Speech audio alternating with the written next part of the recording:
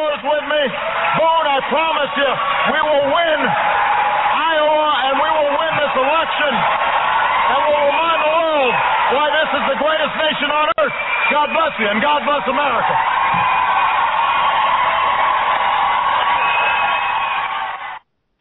Boston Red here with Friday Java, a weekly magazine of political theory, polling, and commentary. It is part of the Boston Red family, and for the hundreds of thousands of people that have joined us over the last 4 years in an exciting period in history called the election of Barack Obama, we introduce you to the final phase, the re-election campaign, two theories, pundits, people that make up this fascinating journey. We are part of the Obama network. For that, we make no apologies. What we pledge to do is give you the facts on a bridge to history, what body politics is, the most up-to-date theories of political science and psephology. Stay tuned for this incredible ride. Boston Red, peace out.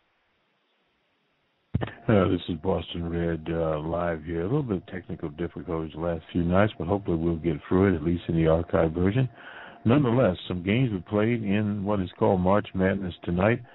The team out of Miami, Florida, was defeated by Marquette. Marquette was number 3, Miami was number 2. 71 for Marquette out of Milwaukee to 61 for Miami. The Ohio State defeated Arizona. They were number 2 seed, 73 to 70. And the upset, President Obama had selected Indiana to go all the way. They did not do it. Syracuse defeated them 61 to 50. So number one, as they say, literally bit the dust. And at number 13, LaSalle was defeated by Wichita State, the number 9 seed, 72 to 58. The other event that occurred today was the mayor of Boston, Thomas Menino. He was from Hyde Park. He had been the mayor for 20 years. He was looked at by some as a caretaker when elected in, I suppose, 1993. He was the first Italian-American to be the mayor of Boston, in a city that's known for its Irish politics. Political luminaries from the governor, Patrick, to the senator, Mulcowen, to Lynch, the state representative, Martha Coatley, and various others were there at Faneuil Hall to bid Mayor Menino goodbye under the theme song, My Way. The mayor had been in hospital a number of days of the last week, so it is a little bit different situation for him. He'll be 70 or is 70 years old now, and he kept evidently a terrific schedule there.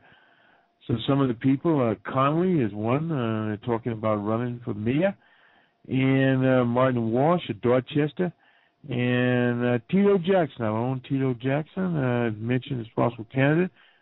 More than likely he will not run, but we'll wait and see, gauge, as one would say, Boston politics and how things tend to turn out. The mayor had a very grinding schedule, there's no doubt about that, and because of illness, string of malaise, as he said. He was in hospital for 8 weeks, a long time. He was in Italy and caught some sort of virus, and that had him in the hospital. So in other words, he was in hospital for 2 months. So Thomas Menino, a chapter in Boston politics, is bidding farewell after this particular term. So that with the upset of Syracuse, we have a very interesting day for Friday Java nonetheless. So we'll move on with the half-baked plan in Pennsylvania for what they call a proportional electoral college plan there. It is very similar to, you've heard some cities that do this, I believe Oakland, and in the Midwest city of Minneapolis, they do what they call instant voting, where you select 1, 2, 3 candidates, whatever. And there's no runoff, but this is a little bit different. They would allot 2 to the winner, and then they would go through a formula. We'll go through that in the presentation that comes up. Nonetheless, this is Boston Red Live, and now we go to our canned presentation. Have a good weekend. About it. I thought about that. I asked myself, is my position on this really not known? Certainly, are you curious as to my position on gay marriage? Well, let me try it. This a friend of mine sent me a note, actually, and it's got some things in it that I think are on point. And as usual, what we're talking about, again, with the left, is the language. The language game. The left really excels at changing the language to benefit them politically. And they do it in such a way that a lot of people on our side have no idea what's happened until it is too late and the issue is already lost, which this issue is.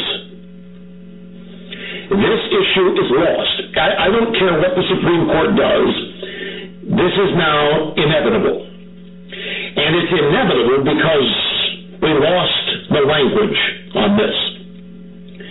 I mentioned the other day that I've heard people talk about opposite-sex marriage, or you might have heard people say traditional marriage. You might have heard people say hetero marriage. I maintain to you that we lost the issue when we started allowing the word marriage to be bastardized and redefined by simply adding words to it. Because marriage is one thing. And it was not established on the basis of discrimination. It wasn't established on the basis of denying people anything. Marriage is not a tradition that a bunch of people concocted to be mean to other people with. But we allowed the left to have people believe that it was structured that way. And I would go so far as to say that there are some people who think marriage is an evil Republican idea, simply because they're the ones that want to hold on to it. So, as far as I'm concerned, once we started talking about gay marriage, traditional marriage, opposite-sex marriage, same-sex marriage, hetero marriage, we lost. It was over. It was just a matter of time. Because once, and this is the point that a friend of mine said to me another way, is that once you decide to modify the word marriage, then the other side is won. Or at least they're 90% of the way home. The best thing that marriage had going for it was basically what they teach you the first day in law school. If you hang on a horse a sign that says cow, it does not make it a cow. Although today it might. And that's where we are. 5 plus 5 could equal 11 if it works for the Democrats. And a cow could be a horse if it works for the Democrats. The thing is, discrimination has never been a part of marriage.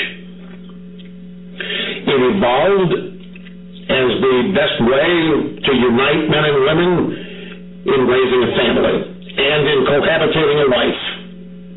It's not perfect, the divorce rate's what it is, but it evolved as a purpose, with a purpose.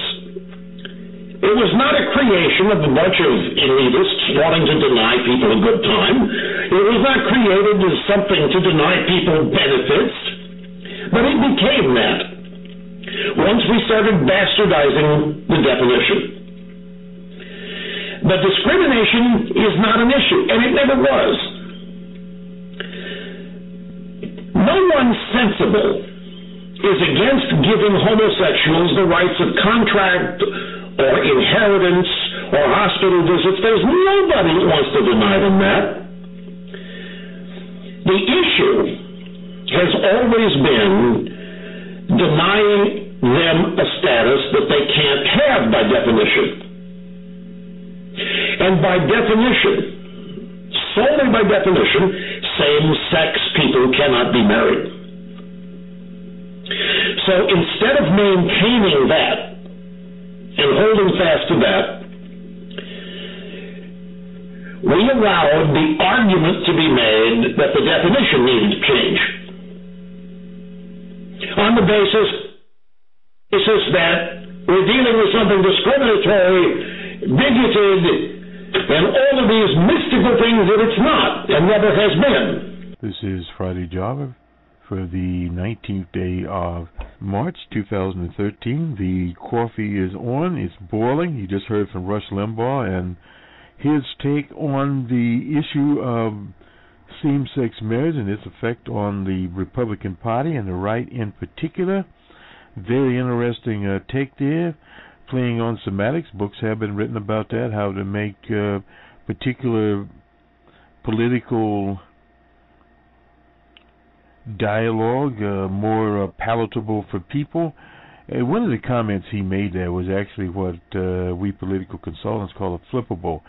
In terms of semantics, we go back to Hayakawa, but nonetheless, what he's talking about as far as what he calls the left or the liberals, progressives, or whatever he wants to call people that are quote-unquote progressive or liberals, and we talked about that in our episode on libertarianism and how that all plays out in the American dynamic. But nonetheless, the radical right, and the right in particular, a la Mr. Karl Rove of Texas. He does live in Texas, no doubt about that. But they were able to use their particular twist on the word, or on the language, and to project that, no other than Roger Ailes. He's the master of that.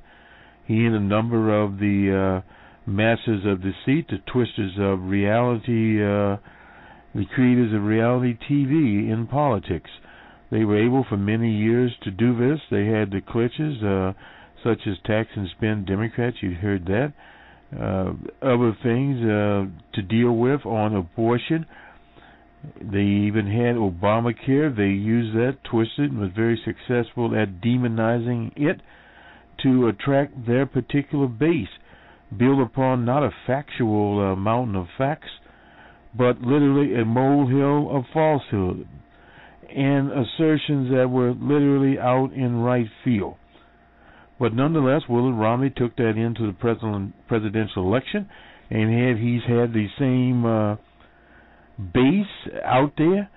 He would have been able to pull off effectively what the first president, George H.W. Bush, was able to pull off. He was, as we've said in a number of episodes, the last Democrat to literally win an election with an electorate by using Willie Horton. Now, this is a thing of semantics, but he used William Horton of Boston, and projected an African American there as a rapist, going to get you. It's sort of like at one time they had Law and Order.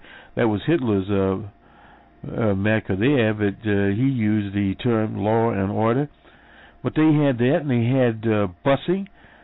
They had affirmative action. Of course, this time around, after the Depression, they're talking much about affirmative action because there weren't any jobs to affirm upon. But nonetheless, they've had numerous things, and Mr. Limbaugh knows very well, and as LBJ would say, anyone who's been to a proverbial goat roping contest knows that Rush Limbaugh and the right, whether they be radical or just business as usual, built their entire empire off of trade, off of words, and off of repetition of facts. In other words, if you listen to any of their broadcasts, they repeat the same phrases at least 20 times during the hour. And when you get from Limbaugh down to the various other characters that are in that particular chain, the lower you get down, the more they have to do it, and they raise the voice. So in other words, that voice is raised to add emphasis to it. So this is why Limbaugh is talking about, forget about the same-sex marriage issue. It's not their issue, no doubt about that. Whether the Supreme Court does or doesn't do it, it's an issue that they're going to lose on. In other words, they're giving up on it. This is why little Paulie Ryan came up with the idea of this libertarian kick, because they know the so-called values people are dead in the water.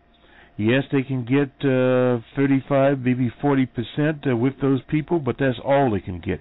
You cannot win a national election on that. So we go now to the people at the University of Virginia. That's Larry Sabato's setup. We'll go there shortly.